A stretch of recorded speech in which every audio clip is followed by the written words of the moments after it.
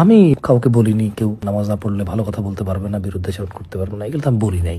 এগুলো তো আমার নামে বলা হচ্ছে, কিন্তু আমি তো আসলে বলি নাই। এখন আসলে যেটা আমি বলি না, এটা আমি কি ব্যাখ্যা দেব? আর আমি যেটা বলছি সেটা তো সবাই শেয়ার করে, এটা আমারটা শেয়ার করে এরপরে ওটার সাথে নিজেরা ব্যাখ্যা দিচ্ছে। এখন আসলে এই ব্যাখ্যার কি ব্যাখ্যা থাকতে পারে আমার জানা নেই। আসসালামু আলাইকুম। ওয়ালাইকুম আসসালাম রহমতুল্লাহ বরকাতু। যারা আল্লাহকে ডাকছে, যে বলছে যে আল্লাহ তুমি আমার নির্যাতিত, নিপীড়িত, জুলমের শিকার মুসলিম ভাই বোনদের আশ্রয় দাও, রক্ষা করো। জালেম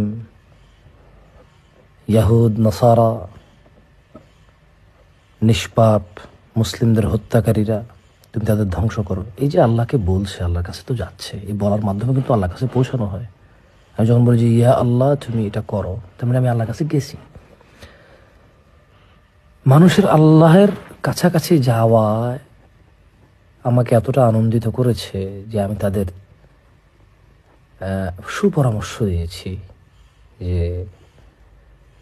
আপনি তো আল্লাহর কাছে গেছেন, সো আমাদের যাবতীয় যা করণীয় আছে আমরা সবগুলো করব, কিন্তু আমরা সালাত মিস করব না, কারণ আমাদের সমস্ত কাজ কানেক্টেড উইথ দ্য সালাহ।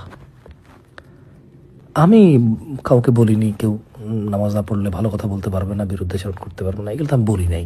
এগুলো তো আমার নামে বলা হচ্ছে, কিন্তু আমি তো আসলে বলি নাই। এখন আসলে যেটা আমি বলি না, এটা আমি কি ব্যাখ্যা দিই?